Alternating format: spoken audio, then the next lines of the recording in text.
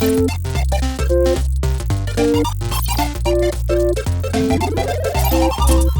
bon ça, he's back, yes, yes, yes. Ouais, j'ai vu là, j'ai vu dans le chat quelqu'un qui disait mais pourquoi il n'y a pas eu de live depuis tout ce temps? Parce que la vie est très prenante, la vie est très prenante, surtout quand tu as eu 2 mois dans le plat et que tu essayes de revenir. Pas de bière en vue, si petite bière en vue. Ah, là, c'est le retour, le retour est global, hein. Donc c'est comme avant, ça n'a pas changé. Et rien n'a changé, rien n'a changé, je vous le dis, hein. Pour moi, le trail, il n'a pas changé. Ceux qui vous font croire qu'il a changé, c'est parce qu'ils essaient de justifier la nouveauté, mais le trail n'a pas changé, hein. On est tous bien et justement là, j'ai envie moi de reparler de trail quoi. Parler course à pied, parler terrain, parler boue, parler les petits cailloux, parler les petites merdes qui vont pas sur les ravitaux, les trucs trop bien, les bénévoles, les galères des dossards. J'ai envie de reparler de tout ça quoi. J'en ai marre de parler de l'influence du divertissement. Je veux parler de course à pied. Et franchement,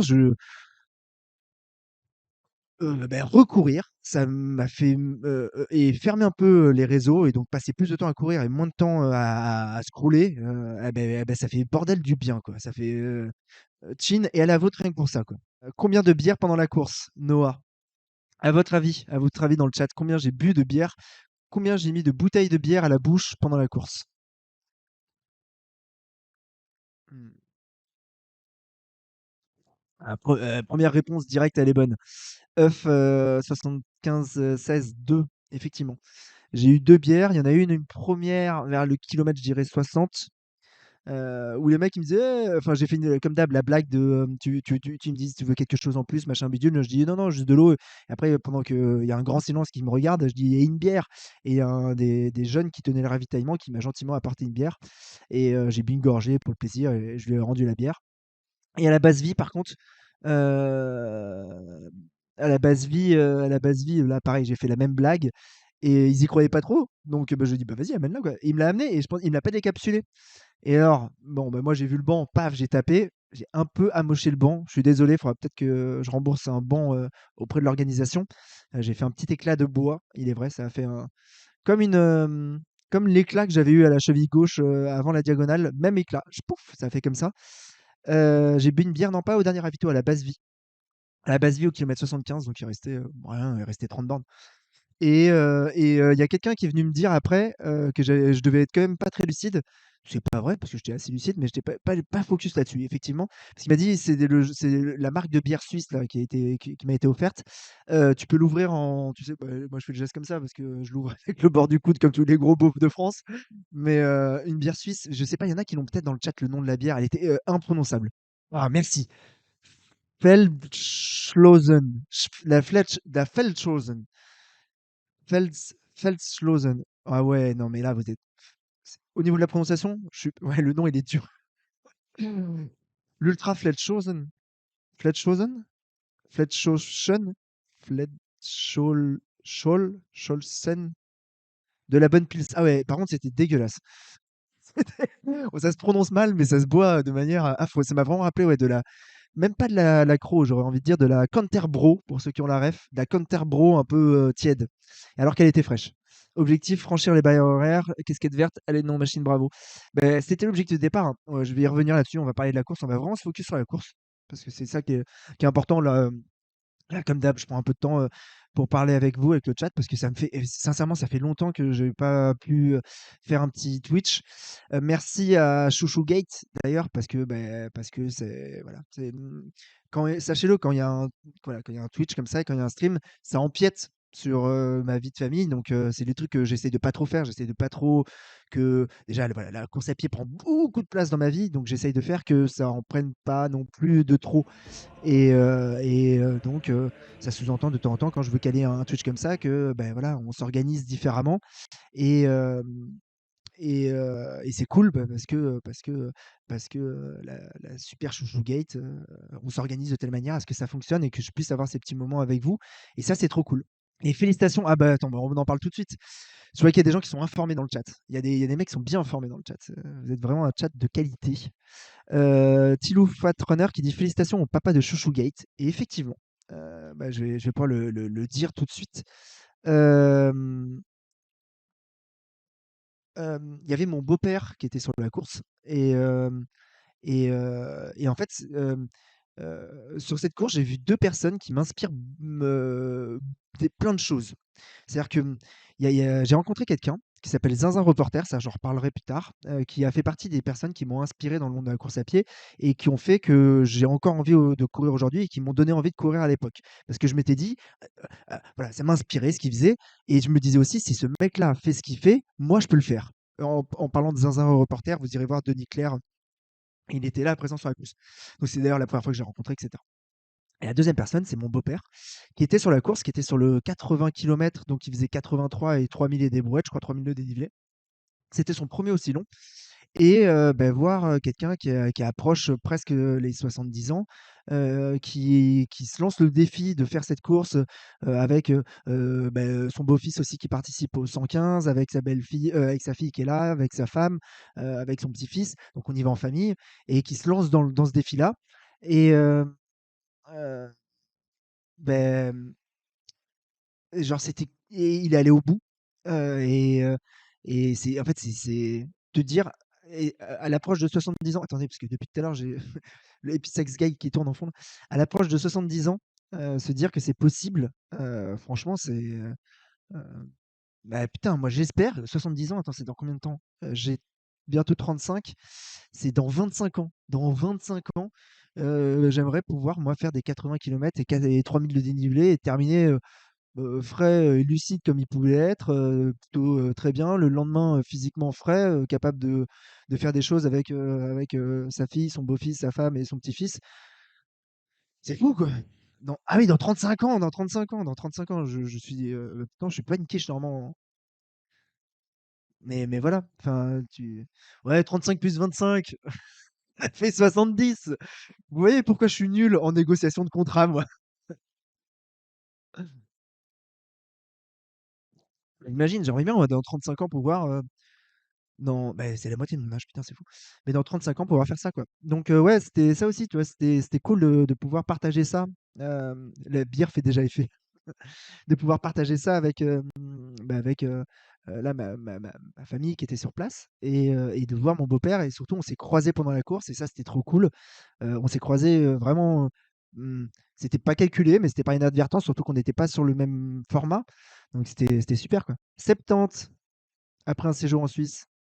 Tout à fait, on dit 70. J'ai reçu beaucoup de messages juste avant, voilà, de mes proches et cetera, qui m'envoyaient un petit WhatsApp d'encouragement et de: «Allez, c'est le premier jour du reste de ta vie». C'était un peu ça le contenu des messages que j'ai reçus, la veille, ce jour-là, sachant que moi, mon portable, vraiment les 24 48 heures avant, il explose de messages et de trucs, j'arrive pas à tout voir, mais les trucs des proches, j'essaie de les capter. Et j'en ai un, il était tout simple, et c'était mon podologue qui m'a sauvé la mise plus d'une fois et qui est la personne par qui j'ai pu bypasser les systèmes pour pouvoir me faire poser le plâtre, avoir un super chirurgien, avoir un super médecin, et cetera. Donc, David, si tu regardes cette vidéo, merci à toi. Et il m'a envoyé un petit message, et c'est marrant parce que j'y ai pensé toute la course. C'était tout bête, il a marqué, souvent les gens mettent force et courage, et lui, il a marqué force et stabilité.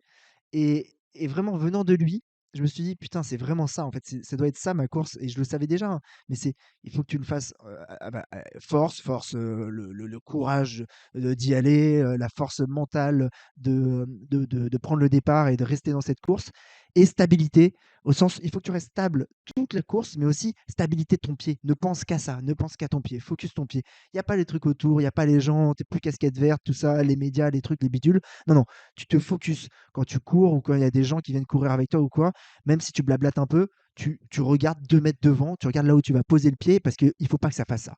Il faut pas que ça fasse ça et tu peux pas te permettre. Et toute la course, je me suis répété ça, force et stabilité, force et stabilité. Et c'est long, hein, 13 heures à se répéter ces 2 mots-là, mais c'était assez cool, quoi.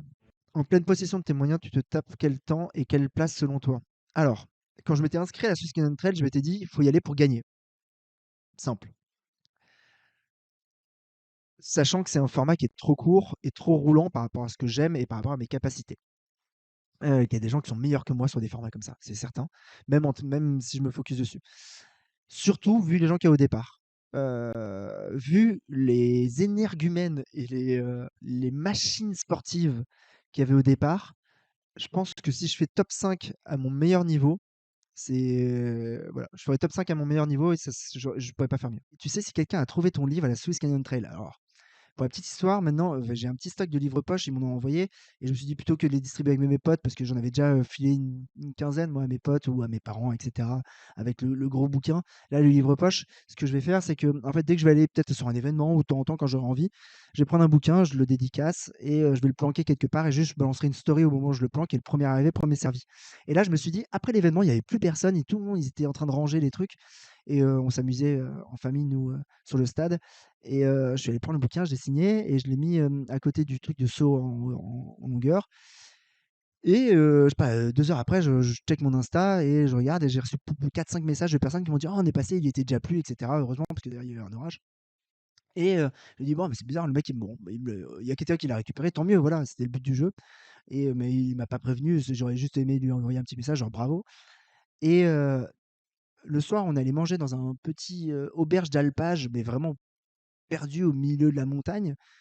Il y avait que nous dans le restaurant et au moment où je pars, alors on est allé là-bas par hasard et au moment où je pars, on croise des gens qui arrivent et genre littéralement c'était des gens qui avaient réservé là donc ils avaient pas vu que j'étais ici et par hasard j'ai croisé le mec qui avait trouvé mon livre. Donc c'était le niveau de hasard était assez exceptionnel mais heu, mais oui donc il a été trouvé. Swiss Canyon Trail donc c'était la 30e année, ça fait 30 ans, j'avais reçu donc Patrick quand je pose peut-être qu'il y en avait qui étaient là. J'ai eu des problèmes de micro et donc je vais le faire revenir, hein. On va refaire un Twitch ensemble. Mais pendant 3 heures et tout, c'était super cool. Et donc il avait expliqué le pourquoi, le comment, comment ça marche, qu'est-ce qu'il pense du monde du trail actuellement, comment ça fonctionne ses bénévoles, comment ça s'est monté sa course d'année en année, comment il l'a fait évoluer, comment il gère tout ça. C'était super intéressant, j'avais trouvé. Rappel, il y a 2 mois, il y a 3 mois et demi, presque 4 mois. Moi, cheville craque. Cheville, dire à moi, toi, pas continuer la course à pied, moi, devoir mettre pied dans le plâtre, d'abord pour 6 semaines, puis petite blague du chirurgien, 2 semaines de supplément. Puis, moi, découvrir que le jour où on enlève le plâtre, pas pouvoir recourir tout de suite parce que, tendon pas d'accord avec cette pratique, un petit peu, trop violente, par rapport au temps d'arrêt. 45 jours plus tard, tout ça pour ça, oui, je suis d'accord. 45 jours plus tard, je me retrouve donc, je m'étais dit j'avais gardé mon dossard, je m'étais dit: «Allez, garde-le. Au pire, tu feras pas le 111, tu feras le 10 ou le 30, ça sera déjà très bien et cetera, mais garde-le».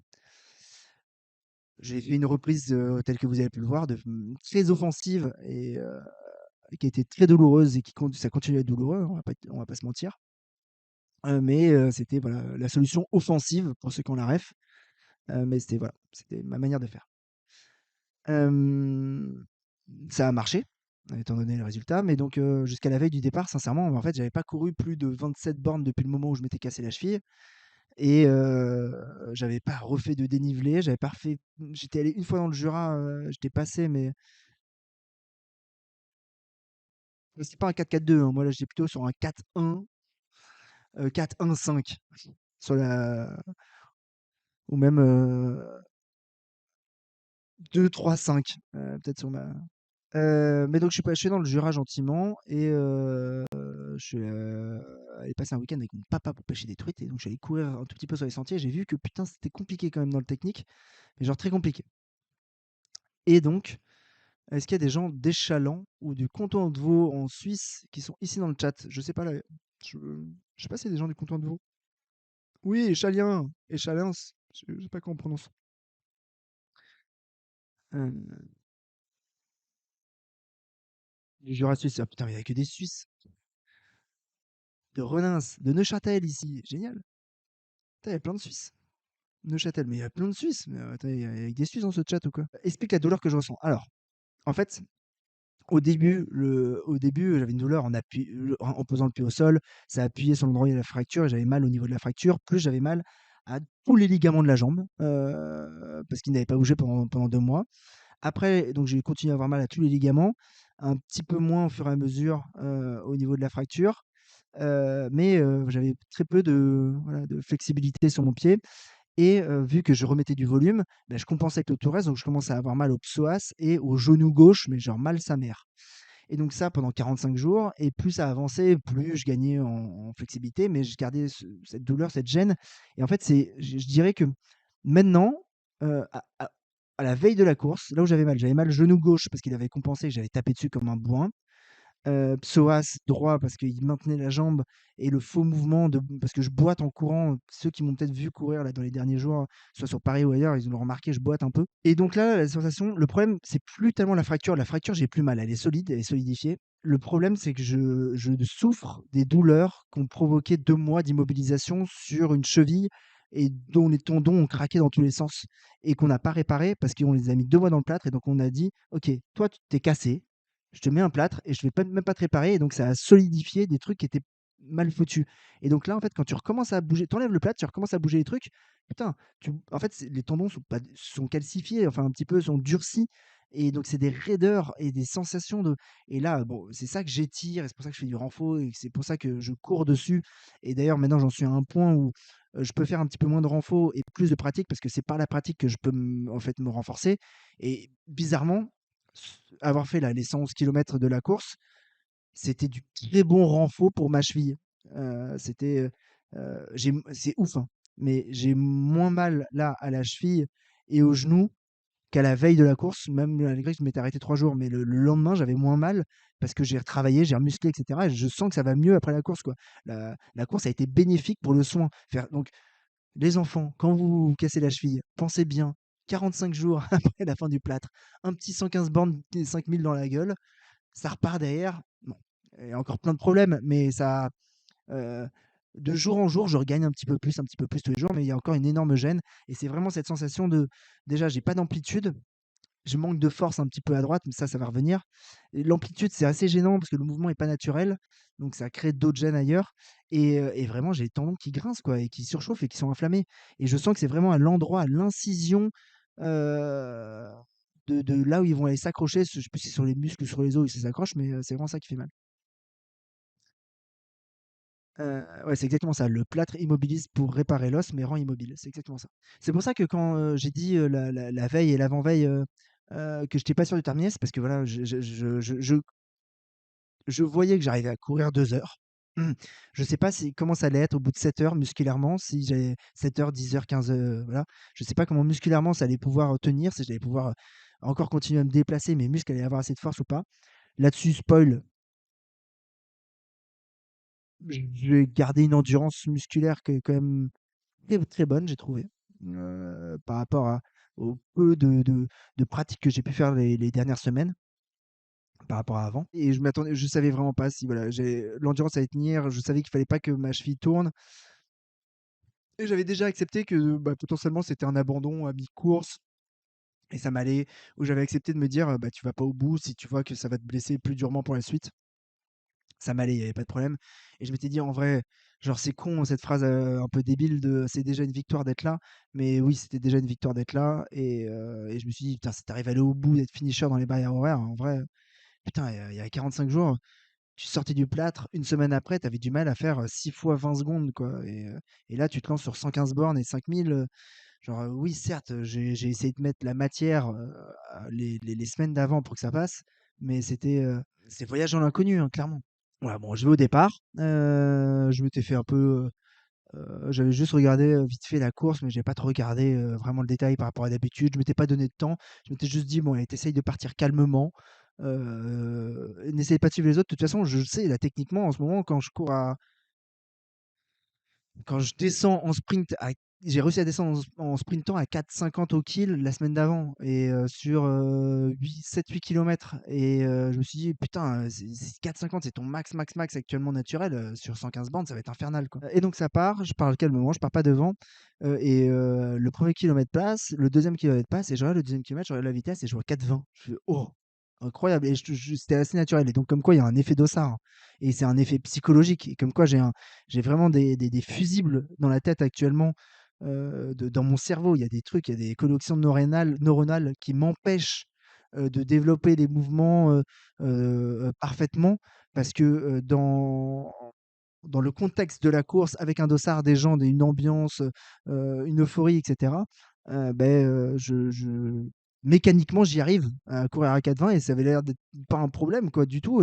Et mon cardio tient en plus sans aucun souci à ce moment-là. Donc, je, je me suis dit à ce moment-là, putain, cette course va peut-être te servir à débloquer des trucs, justement, comme ça, quoi. Et sers-toi de cette course comme ça, ne t'enflamme pas, ça sert à rien. De toute façon, là, tu vois bien les mecs qui sont autour de toi, ils sont musclés, affûtés. Il y avait 7-8 femmes, pareil, au taquet du taquet.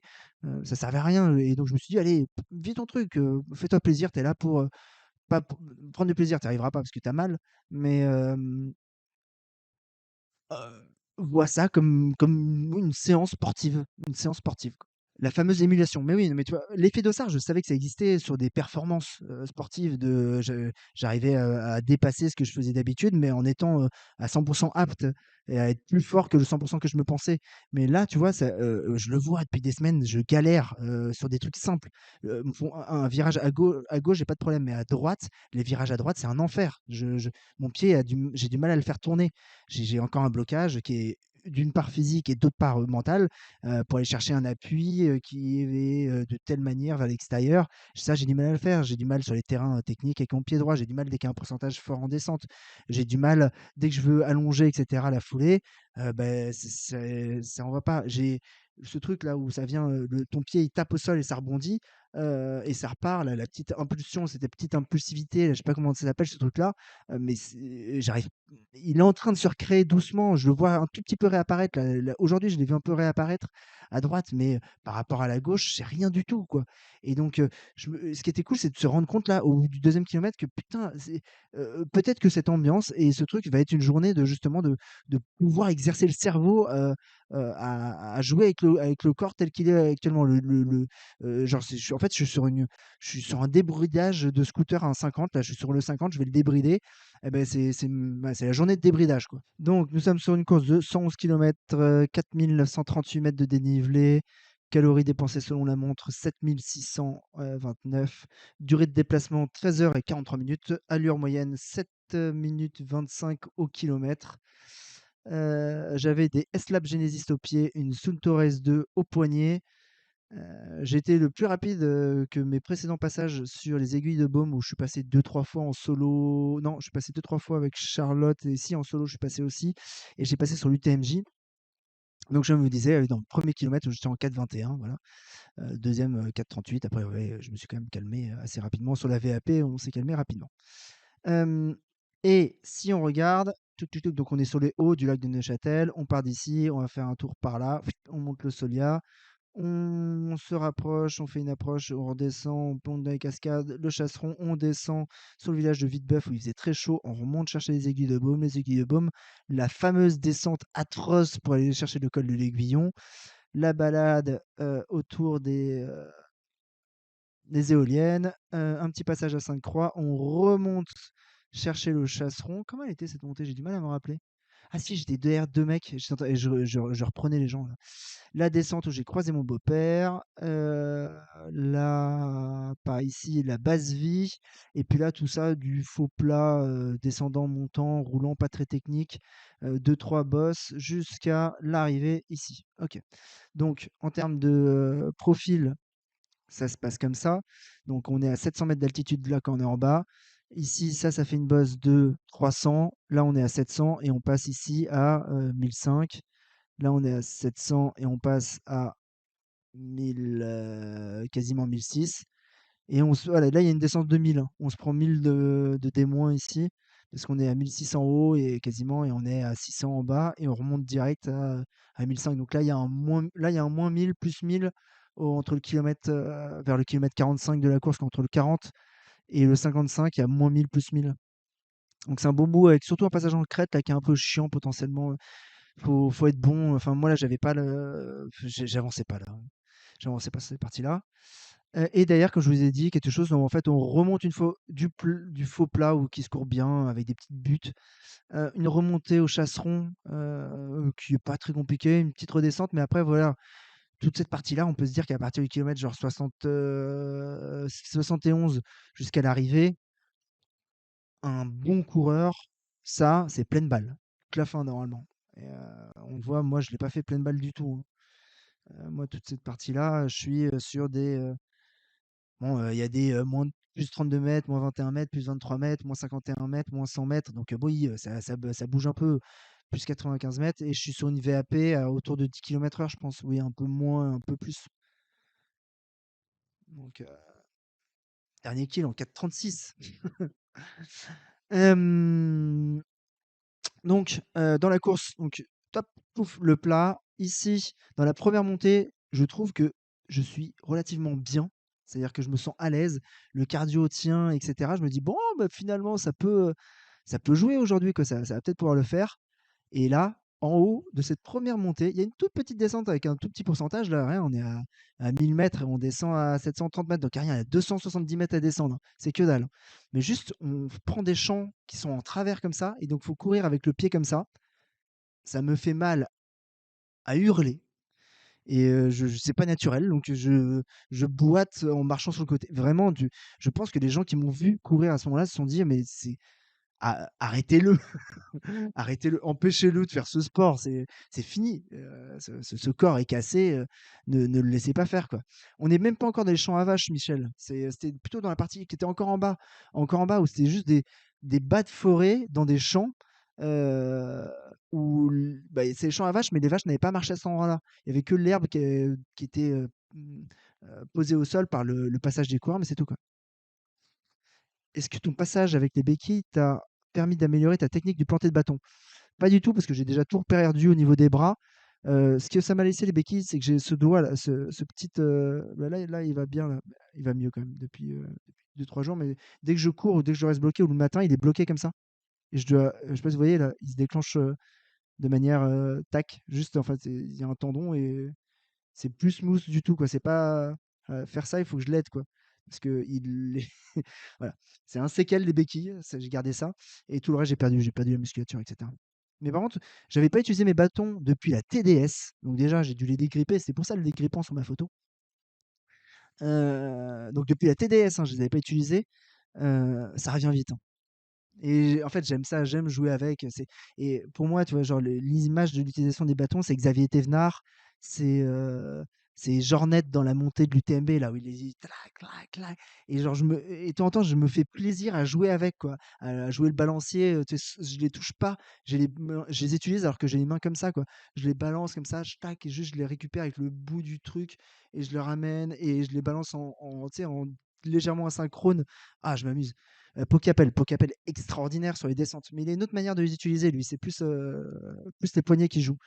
Euh, mais ouais, surtout, j'essaie de prendre un peu le chaloupé de Kylian Jornet et le geste de skieur de fond de Xavier Thévenard. Sachant que je ne suis ni chaloupé ni skieur de fond.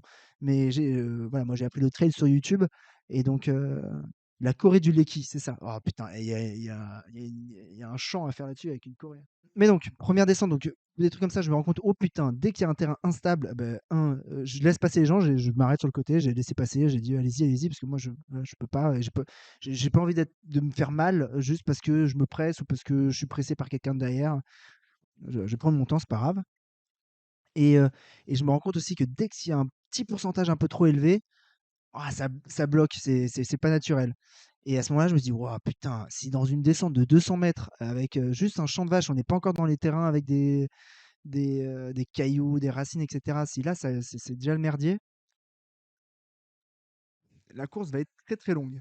Ce qui était cool, il y avait des gens qui, voilà, qui me connaissaient, qui connaissaient l'environnement, mais pas tout le monde. Il y avait pas mal d'étrangers quand même sur cette course. Un peu, je pense que je sais pas, je vais être dans les 40, 50e position peut-être à ce moment-là.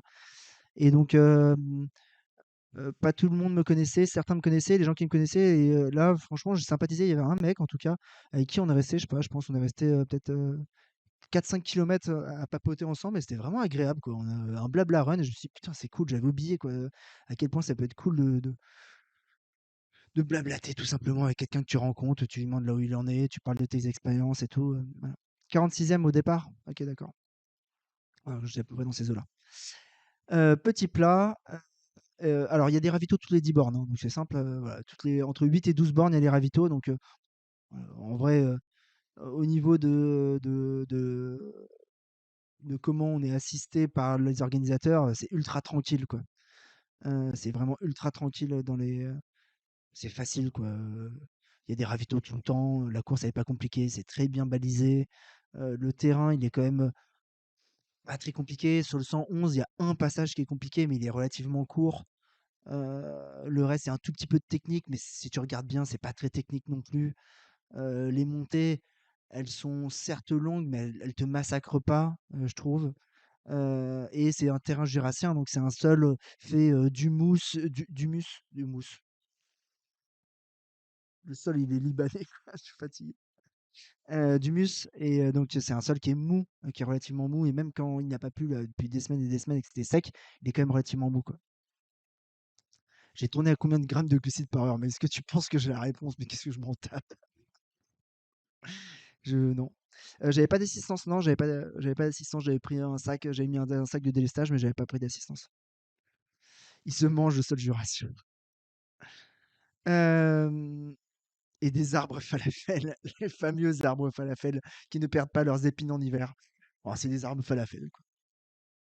Et première montée, bah, en fait, assez vite, déjà, j'ai pris mes bâtons, dans le carquois et bah, 1re montée, je crois que je n'ai pas du tout sorti les bâtons. Je les ai sortis ou pas à la fin?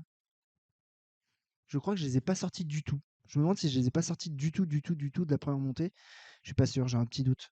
Est-ce que je les ai sortis au bout d'un moment pour me faire plaisir? Non, je crois que je les ai pas sortis. J'ai fait toute la première montée sans les bâtons et j'ai le souvenir que la deuxième montée, j'ai fait presque la moitié de la montée sans les bâtons et après je me suis dit: «Putain, t'es encore le connard qui va avoir pris ses bâtons, qui va se faire 115 bornes et qui va pas les sortir juste parce qu'il a l'impression d'être plus à l'aise», ce qui est vrai. Je suis plus à l'aise sans bâton en montée, heu et donc je me disais ça et donc je les ai ressortis après.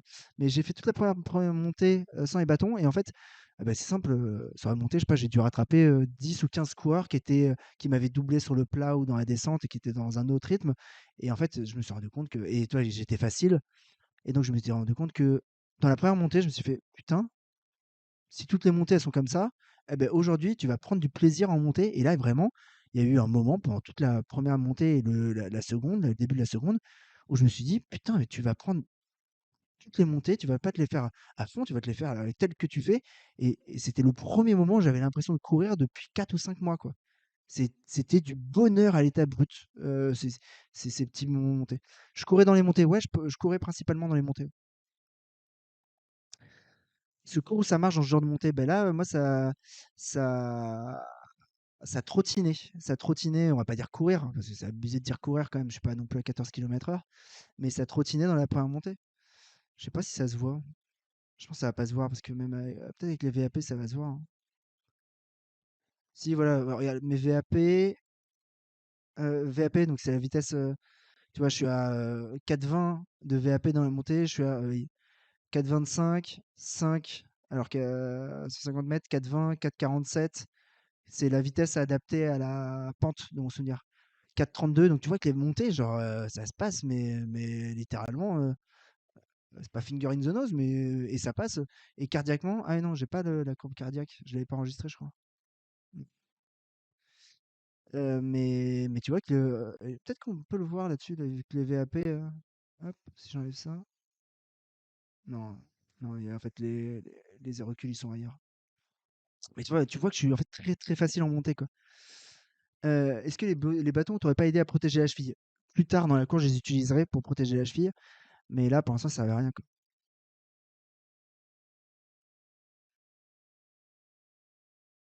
Bah, au final, 4,20, c'est comme si j'étais à c'est quoi? C'est 14 km/h? Tu à 14? 5, c'est là, je suis à 12 km/h alors qu'il y a 150 mètres de pente, grosso modo, ce qu'il me dit. Mais en réalité, je suis à 6 km/h. Réalité, je suis à 6 km/h. En prenant en compte la pente, je suis à l'équivalent de 12 km/h. Et donc, vraiment gros plaisir. Donc, j'arrive en haut de la montée et tout, super vue, on voit le lac de Neuchâtel au loin, le petit village, le petit truc, le milieu, trop bien. Je m'amuse, il y a Guillaume de Course Épique qui est là, qui est un copain. Il y a, Patrick l'organisateur qui est en train de passer une émission et genre je suis tellement content que j'arrive et je lui saute dessus, je lui fais un bisou et il m'expliquera après la course qu'en fait, il était en live, en direct, sur une chaîne de télé suisse locale. Et il m'a dit qu'après, il a reçu des SMS de ses potes en mode «Ouais, pourquoi t'as l'autre qui te fait des bisous là? C'est quoi cette histoire?» Donc en vrai, ça c'était ouais, c'était vraiment bon moment. Et se passe la bascule et la descente. Et là, alors la descente commence, elle est au kilomètre 17 jusqu'au kilomètre 29. Donc on a littéralement 17-29, 12 kilomètres de descente pour faire allez, 1004, faire 700 ou 800 des plus, des moins. Donc c'est pas non plus de la grosse descente, mais ça descend. Et là, dès les premiers mètres, même sur un terrain genre blanc de 4x4, je n'arrive pas à allonger. Je, il y a un blocage qui est physique, je sens que j'arrive pas à allonger plus que ça, mais qui est aussi mental.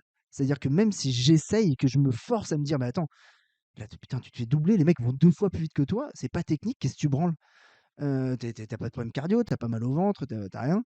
Et j'essaye de relancer, je vois que la jambe gauche, ça marche, mais la jambe droite, il y a une retenue de ouf.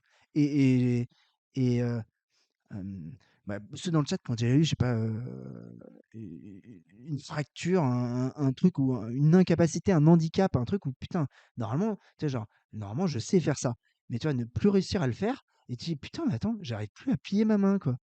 Attends, et vraiment se sentir, là, c'était une sensation d'handicap à ce moment-là, et qui se prononce encore plus avec le contexte où tu te fais doubler par plein de gens et tout. Même si je l'avais accepté à ce moment-là, tu vois, c'était, 1 fois que je le voyais, aussi fort, mon incapacité, quoi. Et on continue la descente, et alors là, dans la descente, il y avait des passages, donc dès que c'était des petits sentiers un peu techniques, c'était cool parce qu'en fait, la cadence de tout le monde ralentissait, et en fait, je pouvais faire des plus petits pas, il fallait faire des plus petits pas pour être un peu précis. Et là, j'avais l'impression d'un petit peu descendre, mais c'était pas non plus ouf. Il y avait quand même beaucoup de blocage mental, et dès qu'il y avait des virages sur la droite, putain, je virais comme si j'avais une jambe de bois pour faire un virage, quoi. Tu la poses et tu fais le virage, tu la poses, tu fais le virage, alors que tu pourrais courir en tournant. Une retenue ou une boiterie, un peu des deux. Et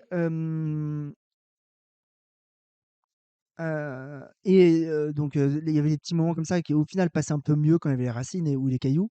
Mais les pires moments, c'était vraiment les champs les champs à vaches, où les vaches étaient passées les jours où il avait plu, et donc elles étaient passées avec leurs grosses patounes là, elles avaient fait des trous qui font la taille de quoi? D'un cendrier, la taille de 2 cendriers Ricard, comme ça. Donc ça, c'est la taille du trou dans la terre, et elles en ont fait plein partout, et toi tu passes et tu le vois pas parce qu'ils ont rabattu, l'herbe dessus, et donc le terrain est juste une modulation de trous, et de pas trous, de trucs comme ça. Et alors là, putain, mais mon pied, mais ma cheville, je me suis rendu compte qu'en fait, si j'arrivais pas à poser mon pied entièrement sur une structure plate, c'était douloureux. De l'appuyer comme ça, c'est douloureux. De l'appuyer comme ça, c'est douloureux. De l'appuyer comme ça, c'est douloureux. De l'appuyer comme ça, c'est douloureux. De l'appuyer légèrement comme ça, c'est pas ouf. Et en fait, si j'arrive pas à le mettre sur une surface où le truc est droit, si le truc il est un peu tordu au-dessous, ça fait mal à chaque fois, quoi. Et tu fais quoi là pour très bonne réponse. Tu fais quoi pour, renforcer la cheville en ce moment? Je cours beaucoup, je vais reprendre un peu les exos parce que là j'avais freiné sur les exos pour pouvoir plus courir, mais je vais reprendre, aussi pas mal les exos. La rêve des cendriers Ricard pour gabarit. Bon, bah, oui, c'est ce que j'ai comme rêve. Moi, j'ai passé beaucoup de temps à côté d'un cendrier Ricard dans ma vie, à une certaine époque, donc c'est une taille que je connais. C'est Voilà, il y en a qui parlent en coudées, il y en a qui parlent en mètres. Moi, je parle en diamètre de cendrier Ricard, monsieur. À la mi-descente, à la moitié de cette descente-là, j'avais accepté que c'était la merde, et je me suis dit: «Bon, bah, voilà, c'est pas grave, c'est ton rythme en descente, tu vas descendre à ce rythme-là», et on le voit, hein, les VAP en descente, elles sont beaucoup moins, j'avais la sensation de descendre moins vite que ce que je montais, et tu le vois, hein, quand tu vois mes VAP, en descente, je suis à, 5,10, la montée, je suis, 4,25, 5, 4,20, 4,47, 4,30. En descente, 5,50, 5,20, 5,35, 5,22, 6,18. C'est vraiment ça. Je pense qu'on peut vérifier tout le long, mais tout le long, ça devait être ça, quoi. Hem Et donc je l'accepte, et donc je me dis: «Bah, c'est pas grave, tu vas prendre ton temps en descente, tu vas rire les gens qui me doublent en descente». Bah, au final, ce qui se passe, c'est que dès que ça remonte, bah, je les redouble tous dans la montée, et dès que ça bascule à la descente, bah, ils me redoublent tous, et la prochaine montée, je les redouble et au bout d'un moment, bon, ben, il se trouve que moi, je craque pas parce que finalement, j'avais l'endurance musculaire qui est restée et eux, ils craquent donc ils terminent un peu plus loin dans le classement, quoi. Quand on remonte, on passe dans des gorges et alors là, je connaissais pas ça enfin, je connaissais le reste, ça ressemble beaucoup à Métabier quand même, que ce soit la végétation, ce qu'on traverse et cetera, ça ressemble beaucoup à Métabier, à tout ce secteur que j'adore là, vers Picmiette, en redescendant sur Mout, en allant vers la Petite Échelle, en allant un petit peu plus loin là, sur tout l'autre bout de l'UTMJ, ça ressemble quand même pas mal à ça. Ça ressemble un peu moins déjà à l'Ultra 01. Les sols sont un peu différents, le type de montagne est un peu différente. On est vraiment plus exactement comme sur cette partie du massif là, qui est ici là, cette partie-là là. La vallée de Joux, tout ce coin-là, là, qui est super sympa, hein. La dent de Vaulion, tout le bas vers Valorbe aussi, qui est super sympa. Euh, Et par contre, il y a des gorges. Ça, il y en a vachement moins de côté Doubs et Haut-Doubs, de ce que je connais en tout cas. Et alors là, les gorges, c'est magnifique. Je m'attendais pas à ça. Je m'attendais à des trucs tout petits qui allaient durer 2 mètres. Non, mais là, tu as des vrais passages où waouh, tu te croirais dans un film fantastique, quoi. C'est ça, c'était génial, quoi. Hop, on remonte toute la montée jusqu'en haut du Chasseron. Pareil, donc là, je redouble tout le monde. On en est où? On passe le marathon en 4 heures, 4h44. La descente avec les 1000 mètres de dénivelé. Donc là, pareil, je double 10 personnes dans la montée, je me fais doubler par 15 personnes dans la descente. Ça, c'était vraiment, cette descente était atroce parce que le pourcentage était trop élevé pour moi. Et donc, il y avait toujours ce blocage. Et cette descente était particulièrement atroce pour moi parce que vraiment, j'avais l'impression mais vraiment d'aller moins vite que pendant ma montée. Et c'est quand même très frustrant de se dire, putain, j'ai la gravité qui va avec moi et, euh, et pourtant, je vais moins vite. Et en bas, là, par contre, donc, à savoir que là, à partir de là, ça faisait donc 4h30 qu'on courait. On était parti à 5h du mat, donc c'était 9h30. Et en bas de la descente, c'était 10h. Et là, il faisait chaud ce week-end. Et donc là, a commencé à avoir quelques petites sueurs qui, moi, ne me dérangent pas. Mais je voyais que les autres coureurs commençaient en bas, il y avait des mecs qui commençaient déjà à tirer un peu la langue et à se foutre de l'eau dessus, etc. Et je me suis dit, tiens, les gens commencent à souffrir, c'est mon moment. Généralement, quand les gens souffrent, c'est le moment où moi je deviens bon quand ça devient difficile pour les autres. Heu, c'est là où j'arrive à sortir mes cartes du jeu parce que peut-être que, je suis plus adapté à la difficulté que d'autres par expérience, hein, pas, voilà, j'ai pas des écailles qui me poussent, je suis pas Hulk, hein. J'ai pas un super pouvoir anti-difficulté, mais heu, oh souffrance, mon deuxième prénom. Exactement, très bien dit, très, très bien dit. Mais donc là, je me suis dit: «Bon, il faut réattaquer une montée, il y a 1000 mètres de dénivelé. En plus, la partie en haut, je la connais bien, j'aime bien me balader sur les aiguilles de baume. C'est difficile, je suis pas très à l'aise sur la partie haute, qui est un peu trop technique pour moi, mais je trouve que c'est joli comme endroit, ça me plaît. Je sais que je vais doubler des gens dans la montée, j'ai pas besoin de me mettre à 100 et je vais pouvoir monter quand même fort et c'est ce que je fais et il fait chaud et je vois que les autres commencent à tirer un peu la langue et ça, j'ai trouvé ça cool et donc je double vraiment pas mal le monde dans la première partie de la montée. Deuxième partie de montée, ça stagne un peu, je double plus personne, j'ai plus personne devant, plus personne de derrière et j'avance tranquillement et arrive le bout, la descente. Donc là, je pense que vous l'avez peut-être vu passer ça. Heu, Distance plus Facebook, ce petit passage-là. Donc là, nous, on passe avec des cordes un petit peu derrière parce que ça descend vraiment pas mal, à côté des cailloux et effectivement, sur la partie haute, on passe dans les cailloux et donc il y a des cailloux qui décrochent. Donc là, on le voit, hein. Là, c'est ce rocher-là et en plus, un peu plus bas là, hop, là, on le voit qui passe, mais un peu plus bas, on a vu notre caillou passer. On passe ici là, on passe ici, donc potentiellement, tu peux te prendre les cailloux qui tombent de au-dessus et ah bon, Facebook existe encore? Oui. Ce vieux réseau là. Les chutes de pierre, j'ai failli mourir. C'est très dangereux les chutes de pierre. Tu prends ça dans la tête, c'est fini. Ah bah clairement, clairement. Et moi, je suis très content parce que justement, donc en fait, je suis arrivé, il y avait personne loin derrière moi, et il y avait personne loin devant. Et moi, j'ai tendance, en plus, surtout avec ma cheville, là, en ce moment, c'était l'enfer ce passage-là. Je glissais plus que j'avançais. Donc je glissais et ça faisait dévaler des cailloux, quoi. Voilà, c'est ça. On voit là, en fait, on descend tout droit comme ça là. Après, ça passe sur le bord des arbres et il y a une corde, heureusement tout le long. Donc il le sécurise. Normalement, il n'y a pas la corde en temps normal. Le 31 était bien moins technique. Non, mais là, c'est le seul passage. C'est le seul passage. C'était vraiment technique de la course. C'est sur le 111, il est là. C'est le seul passage. Tu passais où les cailloux tombaient ou à côté, tu passais en fait en haut. C'est toi qui déclenchais généralement les cailloux et après tu repassais sur le côté. Mais les cailloux, ils pouvaient très bien aller en ta direction. Et au-dessous, tu coupais plusieurs fois l'endroit où les cailloux descendaient, donc tu pouvais te prendre littéralement le caillou, c'est possible. Mais donc ouais, cette petite partie, la descente et après une fois que tu arrives en bas, tu respires parce qu'il y a un petit ravito et là, boum, 1er arrêt, donc on voit un passage technique, c'est le moment où ma vitesse là s'est écroulée, et après il y a un ravito et c'est là où j'ai pris, quelques gorgées de bière et après par la suite, hop, très roulant, on rebalance, monter en remonter au du, comment ça s'appelle déjà? Je me rappelle j'ai un trou de mémoire. Du Chasseron, remonter presque au sommet du Chasseron. Je sais que je me rappelle, je reprends des mecs encore dans cette partie-là et moi j'arrive à relancer et je vois que les gens commencent à fatiguer, à souffrir de la chaleur et que pour moi c'est facile et puis, donc on repasse pas très loin de là où on est passé à l'aller. Au aller, on est passé par là et au retour, donc on remonte juste pour descendre. Ça, c'est vraiment un petit truc. Tu vois que, attends, on pourrait couper là, hein, mais tu vois qu'ils nous font, monter, pouf, pour nous faire redescendre juste derrière pour pouvoir, voilà, rajouter un peu de dénivelé, un peu de technicité et la descente est un peu joueuse, c'est sympa je trouve et là ce qui est très cool, c'est qu'à ce niveau-là, donc on rejoint le parcours du 80 kilomètres. Donc le parcours du kilomètre en fait, du 80, c'est ils ont tout ça, mais ils ont pas cette petite boucle avec le passage technique en plus donc tout simplement eux, je suppose qu'ils vont tout droit là, ils doivent, descendre par là, pouf et donc là, je commence à voir à ce moment où je rentre ici, je vois des gens qui arrivent en face et qui arrivent du 80 et qui descendent et je commence à en doubler en descente et je me dis: «Ah putain, mon beau-père, attends, oui, il avait un sac rouge, il était habillé en noir. Bon, bah, je vais regarder au loin, ça se trouve, je vais le voir, trop cool, qu'on ait la chance de se croiser, quoi» et donc effectivement, je vois mon beau-père au loin, on parle un peu, je l'encourage, je lui demande si ça va, bon, je ne fais pas tout le détail, mais donc très cool, j'étais très content. Je me dis: «Putain, on s'est croisés et ça s'est joué à rien parce que il suffisait que moi je passe, 5 minutes plus tôt et on se serait pas croisés du tout de la course». Donc on se croise à ce moment-là. Je l'encourage et il me souhaite de bien continuer ma course, qu'il était content pour moi et tout.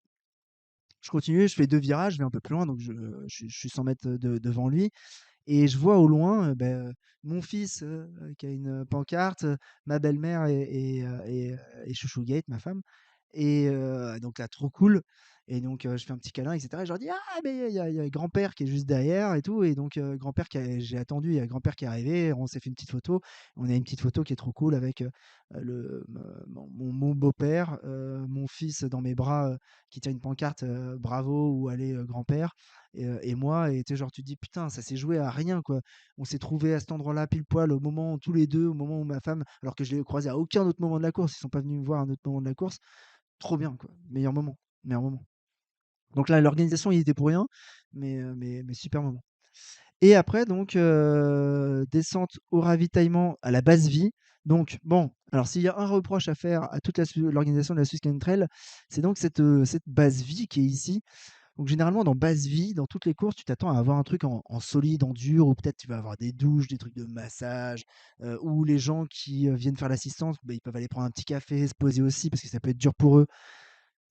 Bon là, on est littéralement dans un recoin qui est en descente sous 2 petites, bâches, tentes en plastique. Moi, ça me va très bien. Ça me va très bien, mais je me dis: «Putain, pour les accompagnants et cetera, ceux qui ont des enfants, ceux qui sont avec des personnes âgées, qui sont nombreux et cetera», c'est pas idéal, je trouve l'endroit là qui est là. Moi, ça me va personnellement quand je participe à la course comme ça et en solo en tant que coureur, ça m'a pas dérangé du tout. Je me dis que, i s'ils arrivaient à trouver un autre endroit qui était peut-être plus, communautaire et qui permettrait de faire vivre aussi la course à l'assistance, je pense que ouais, là, il y a un truc là-dessus à faire. Mais donc là, j'arrive, voilà, là, je suis remotivé, j'ai vu mon fils, ma femme, mon fils, c'est mon domaine. Alkim le forgeron est venu me chercher et les druides ont décidé de mener le combat dans la vallée et donc je descends pleine balle, bon, on s'arrête, hein, je comme je peux, avec mes blocages neuronal. J'arrive et donc là, il y a des chiottes à gauche, des chiottes à droite, un petit tas de bois au milieu, il y a les tentes derrière et moi je veux rentrer dans les tentes et donc j'ai le souvenir que je grimpe sur les trucs de bois, je les redescends et en redescendant en fait, vu que ça me donne un peu d'élan de descendre ces trucs-là, je me retrouve directement à l'intérieur de la tente et je me retrouve directement au fond du truc et je me dis: «Putain mais ils sont où? Ils ont foutu où les sacs, quoi?» Genre là, il y a vraiment 1000 sacs de coureurs, qui attendent et oui, ils étaient là et en fait, ouais, je m'attendais d'habitude en fait, je suis trop habitué, au côté, élite, être dans les tout premiers de course où tu es un peu drivé, on t'aide un peu même quand tu as pas d'assistance. On te demande de l'extérieur, il y a quelqu'un qui est là: «Le 10-17 qui arrive!» Il crie, il y a le mec qui est à l'intérieur qui chope le 10-17 qui t'a déjà sorti le sac et là, j'arrive, je sais pas où sont les sacs, je comprends pas, il y a personne trop qui vient vers moi et donc bah, là, j'ai décidé de prendre les choses en main et moi, je vais vers les sacs et donc je commence à essayer de trouver mon sac. Je trouve mon casque, boum, mon sac, boum. Dans mon sac, je voulais juste prendre mes gels. J'avais prévu une frontale en plus. J'avais une petite frontale que j'avais au départ et là, j'avais prévu d'en prendre une grosse plus une batterie pour au cas où taper la nuit. Je demande, mais j'avais compris que j'allais pas taper la nuit, que ça allait le faire, que j'allais pouvoir finir de jour tranquillement. Je prends ces trucs-là, donc ils me disent, on me confirme que je vais pas terminer de nuit, donc je prends pas la frontale en la grosse frontale, je reste qu'avec ma petite pour le matériel obligatoire, c'était suffisant. Et au cas où il y a eu un problème, j'aurais quand même eu de la lumière, elle était quand même assez violente, mais juste elle tient pas 3 heures de batterie, quoi. Je crois qu'elle tient 2 heures et demie, un truc comme ça, max. Hem Et donc je remplis mes gels, machin, je pose mon sac, je remplis les trucs, j'essaie d'aller quand même un peu vite pour pas parce que j'ai envie de repartir, pas parce que j'essaie de gagner du temps, parce que pour mon classement, on s'en branle, mais parce que j'ai pas envie de cristalliser les jambes, j'ai trop peur. Ça a l'air de bien tourner et j'ai pas de problème d'endurance alors que là, ça fait, maintenant, 9 heures que je cours. J'ai fait, 72 kilomètres et je sais pas, en dénivelé, on a dû faire quasiment tout là, j'ai dû faire 3 500 je pense. Voilà, j'ai envie qu'il me reste un peu parce que je sais que la suite, c'est relativement plat, quoi. Enfin, c'est pas plat, mais c'est pas non plus très compliqué, quoi. Elle dit tu veux de l'eau? Je dis non, non, mais par contre, est-ce qu'il y a une bière? Et elle fait bah oui, on en a. Je fais bah vas-y, donne-la-moi. Il fait non, sans deck. Bah, je fais bah si. Et donc, il m'apporte la bière, elle était fermée. Je donne un coup sur le banc. J'ai un peu cassé le banc. Un petit copeau de banc qui est parti. Un copeau en plus sur le tas de l'entrée, s'il vous plaît. Mais donc, j'ai un petit copeau en plus. Et, bah, je bois la bière tranquillou, et toi, je sais que ça va rien me faire, quoi. C'est la Counter Bro suisse, là, qui va me faire du mal, quoi. Je ressors, je suis content de mon, ravito, ça s'est toi, rapidement, j'ai juste rempli. J'avais mangé tous les gels et toutes les compotes que j'avais prévues. J'ai fait quoi? J'ai fait uniquement du liquide, donc compote, salée et sucrée et des gels et des capsules de sel. J'ai mangé que ça pendant toute la course. Quelques tout petits bouts de jambon, là, de viande des grisons, je sais pas trop quoi, parce que ça me donnait envie. Mais c'est pas du rien de solide sinon.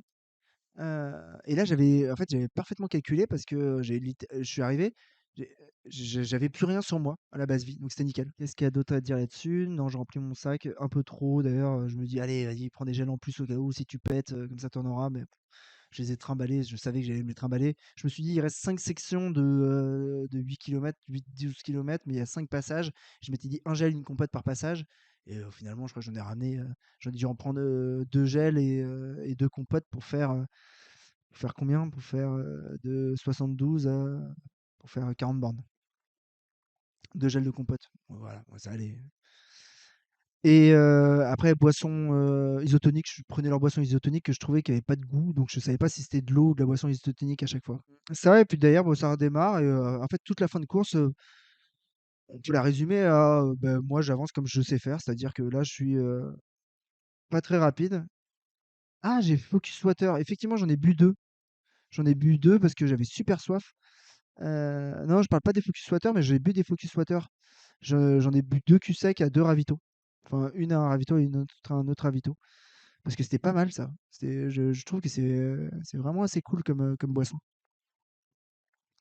C'est frais, ça passe bien. T'as pas envie de la vomir en ressortant. Nickel, quoi.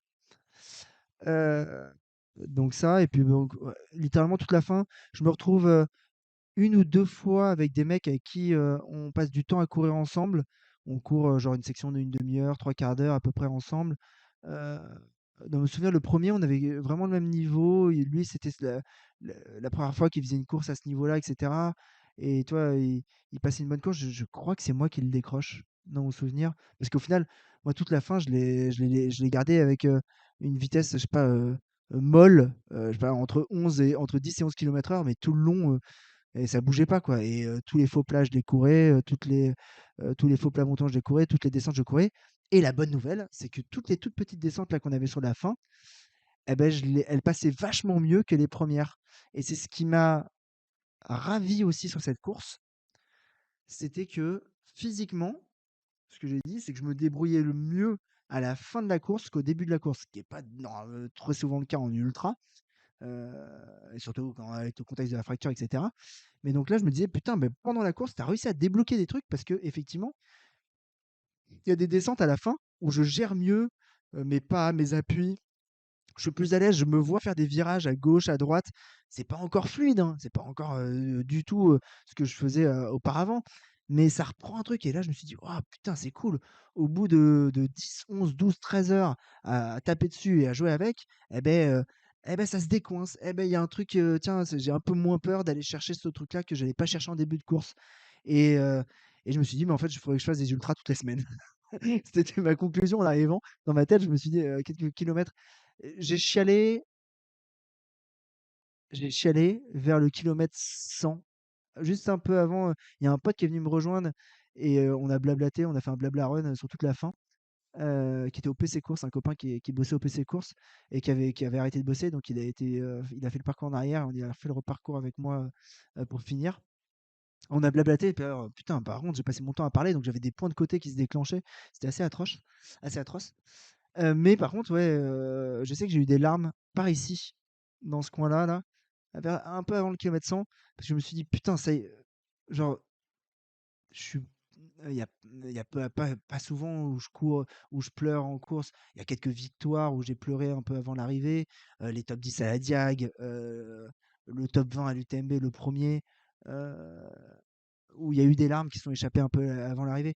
Là, bah, là, je me suis trouvé étonné à pleurer et même j'avais eu des émotions plusieurs fois qui étaient remontées dans la course. Quand j'ai compris que j'allais terminer la course et que ça allait bien se passer, putain, le sensation de c'est pas, fermer un chapitre, le chapitre de la fracture, mais c'est, heu heu, putain, j'ai enfin touché le fond de la piscine et ça y est, ça repart, quoi. Je suis encore sous l'eau, je respire pas encore, mais hop, c'était vraiment en fait, ça symbolisait le lancement d'une nouvelle dynamique et heu et heu et ouais, là, je me suis laissé un peu submerger par ça et ça, c'était cool, quoi. C'était vraiment ça a fini de faire que c'était une belle journée pour moi, quoi. Parce que, les montées sont bien passées, les descentes se sont arrangées, j'ai pris du plaisir à certains moments, alors que je pensais que ça allait vraiment pas en prendre. J'ai eu mal certes, mais j'ai quand même réussi à doser ce mal-là. J'ai croisé, mon fils, mon beau-père, ma femme, ma belle-mère. Heu, je me suis marré avec des mecs.